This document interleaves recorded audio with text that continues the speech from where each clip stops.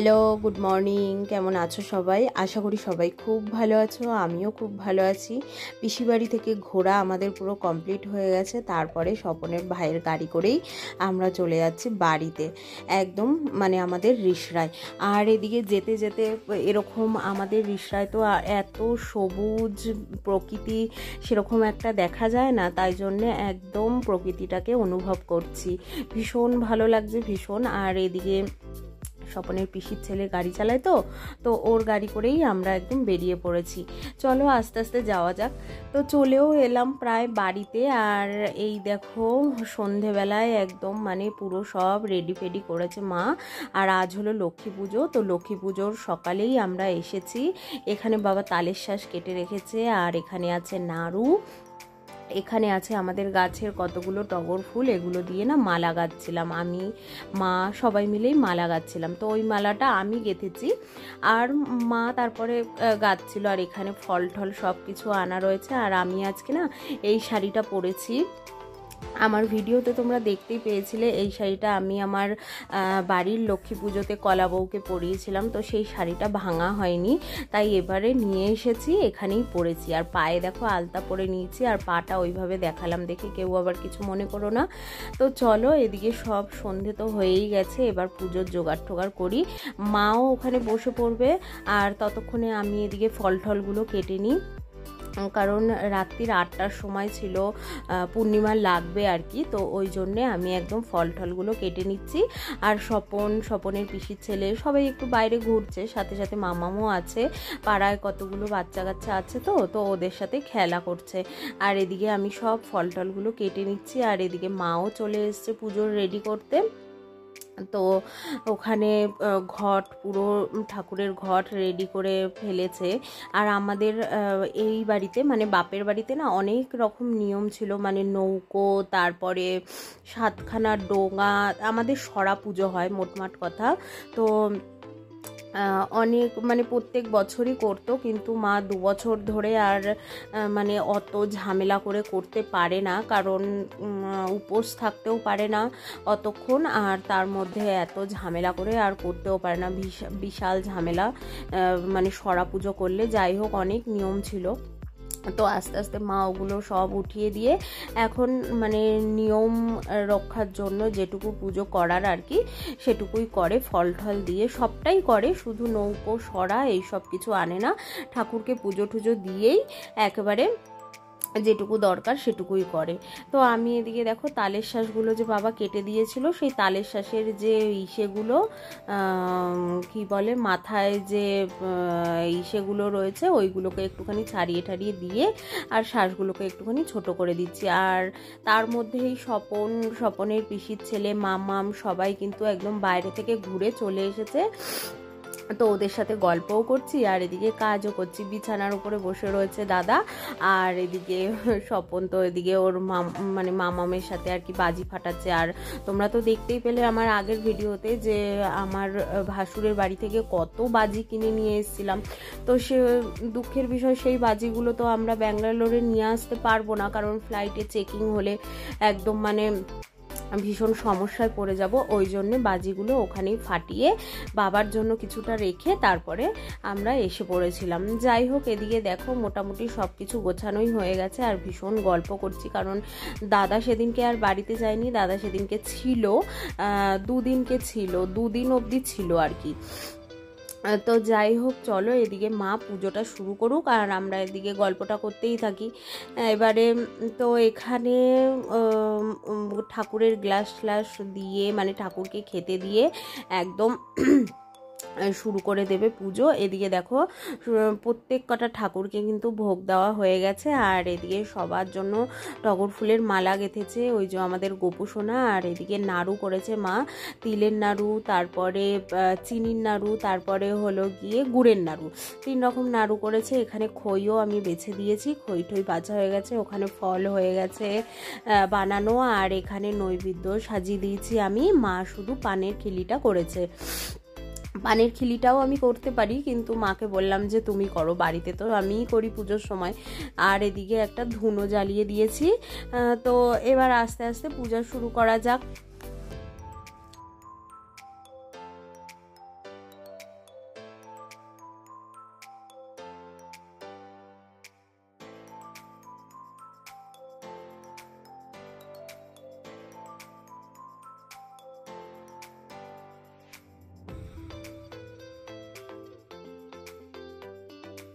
চলো, এদিকে মা একদম পুজো করার জন্য পুরো রেডি হয়ে পড়েছে আর একদম মানে পুজো শুরু করে দিয়েছে। আস্তে আস্তে পুজো করুক, আমি একটু পাশে বসে রয়েছি।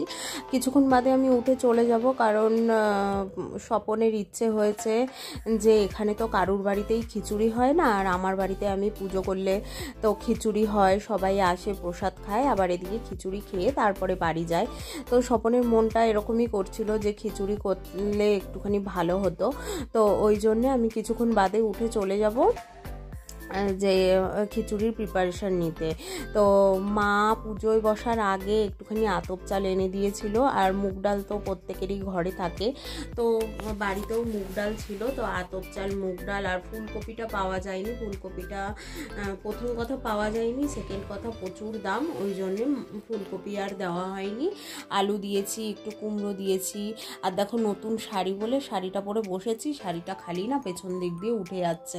এই শাড়িটা আমি ব্যাগে করে নিয়েই এসেছিলাম যে এখানে এসে লক্ষ্মী পুজোর দিন পরবো, তো ওই জন্যে আর কি মানে ভালোই হয়েছে, লক্ষ্মী পুজোর দিন পরেছি। আর এদিকে ফ্রিজে মা বলল মিষ্টিগুলো রয়েছে, দই মিষ্টি রয়েছে, সেগুলো বের করিনি, একটু বের করে দে, তাই জন্য ফ্রিজ থেকে দই মিষ্টিগুলো বের করে দিলাম। তো এই আর কি, এবার ফাইনালি পুজো শুরু হবে আর আমি ওদিকে চলে যাব খিচুড়ির প্রিপারেশান নিয়ে। কিছুক্ষণ বসে তারপরে পাড়ায় ঘুরে তারপরে যাব আর কি মানে রান্নাবান্না করতে। আর সব সময় তো প্রত্যেক বছর তো আমি এই সুযোগটা পাই না, তো মাকে এদিকটা কোনো রকম গুছিয়ে দিয়ে আমি আর আমাদের পাড়ায় একটা আমার আর কি মানে পাড়ার আর কি মানে দিদির মেয়ে আছে, তো ওকে নিয়ে আমি বললাম যে চল একটু সবার ঘরে ঘরে দেখে আসি কে কতটা জোগাড় করেছে, লক্ষ্মী পুজোর শুরু করেছে কিনা। তো ওই আর কি মানে দুজনে বেরিয়ে পড়েছিলাম। মাকে বললাম যে তুমি তাহলে পুজোটা করো, আমরা একটুখানি ঘুরে আসি। আর শাড়ি তো উঠেই যাচ্ছে, কিন্তু শাড়ির কালারটা এত সুন্দর ছিল, তো আমি পরিনি। যাই হোক, লক্ষ্মী পুজো এসে শাড়িটা পরলাম। এবার মায়ের কাছে একটুখানি বসি, আর শাড়িটার আঁচলটা পিন করে নিয়েছিলাম, না হলে নতুন শাড়ি তো এদিক দিয়ে খুলে যাবে ওদিক দিয়ে খুলে যাবে, একদম মানে আমার অস্বস্তি লাগে। যাই হোক চলো, মোটামুটি পুজো মা ঘট বসিয়ে দিয়েছে, তারপরে যেটুকু নিয়ম সেটুকু করেছে, করার পরে এখন এই যে পাঁচালি পড়বে আর আমি একটুখানি ঘুরে আসি, চলো।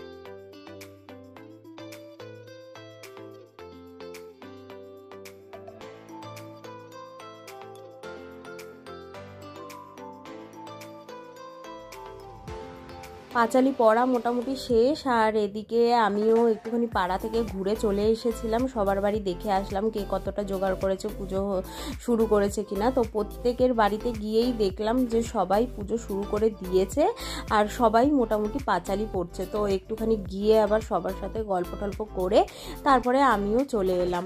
আর এদিকে দেখো এসেই একদম খিচুড়ি বসিয়ে দিয়েছি। আর এদিকে মা পুজো দেওয়া হয়ে গেছে, মা একদম শাড়ি ফাড়ি চেঞ্জ করে ঠাকুরের থালা বাসন ধুয়ে ঠুয়ে রেখে দিচ্ছে আর কি। আর ফোনের স্বপনকে বললাম যে একটুখানি ভিডিও করো, তো স্বপন ওই জন্য একটুখানি ভিডিও করে দিচ্ছে। আর এদিকে দেখো মা একটু পান খায় দেখে কত সুপারি, আমাদের গাছ আছে তো সুপারি পড়ে, আর মা শুকিয়ে শুকিয়ে ওগুলোকে মানে থালায় ভরে রেখে দিয়েছে। আর এদিকে দেখো আমি খিচুড়ি একদম বসিয়ে দিয়েছি, এখানে ডাল চাল, তারপরে তোমার আলু, একটুখানি কুমড়ো ছিল ওটাও দিয়ে দিয়েছি। আর এদিকের কড়াইয়ের মধ্যে মশলাটা একদম পুরো কষানো হয়ে গেছে, তেল টেল ছেড়ে দিয়েছে একেবারে। এবার আমি মশলাটা একদম দিয়ে দেবো খিচুড়ির মধ্যে। তো চলো রান্না টান্না করে নিই, তারপরে আবার একজনের বাড়িতে, আরেকটা দাদার বাড়ি মানে আমার ভাসুর হয় আর কি, তো ওনার বাড়ি নেমন্তন্ন আছে। যাই হোক ঘুরে ঠুরে চলে এসেছি। আর এদিকে দেখো মামাম মানে মা, এটা হলো পরের দিন সন্ধেবেলা মা পুজো দিতে বসেছে। এদিকে স্বপনও গোছাগুছি করছে, ব্যাগ ঠ্যাগগুলো যতটা পারছে গুছিয়ে নিচ্ছে, কারণ আমাদের টাইম তো চলে এসছে বাড়ি আসার। আর এদিকে দেখো মা যে শাড়িটা চেঞ্জ করে যে পুজো করছে অন্য একটা শাড়ি পরে, আর যেই শাড়িটা চেঞ্জ করা ছিল মানে ছেড়ে রেখে এসছে, মাম্মাম দেখে বলছে যে আমাকে একটু এই শাড়িটা পরিয়ে দাও না, আমি পুজো করব দিদুর সাথে। তো ওই জন্যে আমি আবার ওকে এই শাড়িটা পরিয়ে দিয়েছি, তো দুজনে মিলে পুজো করছে। আর এদিকে দেখো মা খালি বলছে যে ওটা আর বাজাতে লাগবে না, কিন্তু ওই কাশিটা তো বাজিয়েই যাচ্ছে, থামে আর না, মানে ওর এত ভালো লেগেছে তো থামে আর না। আমরা সবাই মিলে বলছি যে আরে আর বাজাতে লাগবে না, থাম, ও শোনে না। তারপরে যখন একটুখানি জোর দিয়ে বলেছি মামাম এখন দিদু পুজো করবে, ওটা সন্ধেবেলা বাজাতে হয়, রেখে দাও, তারপরে রেখে দিয়েছে। যাই হোক কিছুক্ষণ বাদে চলে এসেছে বাবা, বললাম যে বাজিগুলো নিয়ে এসেছি, ফানুস নিয়ে এসেছি, সেগুলো তো পোড়াতে হবে সব, না হলে আমরা নিয়ে যেতে পারবো না, আর ভীষণ আফসোস হবে ওগুলো যদি না জ্বালাই। তো বাবা আসার পরে তো বাবাকে বললাম যে একটা ফানুস জ্বালাও তুমি। তো বাবা তারপরে স্বপন একদম পুরো ঠিকঠাক করে একদম আগুন দিয়ে দিয়েছে ফানুসের ইসের মধ্যে, কর্পূরটার মধ্যে। তো বাবা ধরে রেখেছে, তো বুঝতে পারছিল না ছেড়ে দেবে কিনা। তো আমরা সবাই বলছিলাম না ছাড়বে না, ধরে রাখো, ওটা যখন মানে ভালো মতো ফুলবে ওটা নিজে থেকেই টানবে ওপরে যাওয়ার জন্য। তো বাবা ওই জন্য ধরে রেখেছে, আর স্বপন একটু হেল্প করছিল, কারণ একা একা তো বাবা পারবে না, আর এরম একা একা ধরায়ও নি বাবা কোনো দিনও। তো যাই হোক জ্বালিয়েছে। আর এটা মানে রাত্রিবেলা ছাড়া কিন্তু এটা হবেই না। আর আমাদের বাড়িতে না একদমই জায়গা নেই, এত গাছ ফাছ রয়েছে তো ওই জন্যে আর কি, মানে সে রাস্তার দিকেও হবে না, সবার বাড়ির গাছ রয়েছে, তাই জন্য আমাদের পেছন দিকটায় এসে জ্বালিয়েছি। তারপরেও দেখো ওই যে সুপারি গাছে ফানুসটা গিয়ে না আটকে গেছে, সবার মন খারাপ হয়ে গেছিলো। তো তারপরে আস্তে করে ওই আর কি মানে বেরিয়ে গেছে, হাওয়াটা একটুখানি ছিল বলে ওই সুপারি গাছের ফাঁকা দিয়ে বেরিয়ে একদম চলে গেছে চাঁদের সাথে দেখা করতে। দূর দেশে দেখো চাঁদ আর ফানুস প্রায় কাছাকাছি, তো অত দূরে তো আর যেতে পারবে না, তো কিছুটা কাছাকাছি গেছে, সবাই আমরা হাততালি দিচ্ছিলাম। তো চলো আমার ভিডিও আজকের মতো এইটুকুই, সবাই সুস্থ থেকো, ভালো থেকো। ভিডিওটা কেমন লাগলো অবশ্যই কমেন্ট করে জানিও, ভিডিওটা ভালো লাগলে একটা লাইক করো, চ্যানেলটাকে সাবস্ক্রাইব করে আমার পাশে থেকো। তো চলো দেখা হচ্ছে অন্য কোনো ভিডিওর সঙ্গে, ততক্ষণের জন্যে টাটা, গুড নাইট।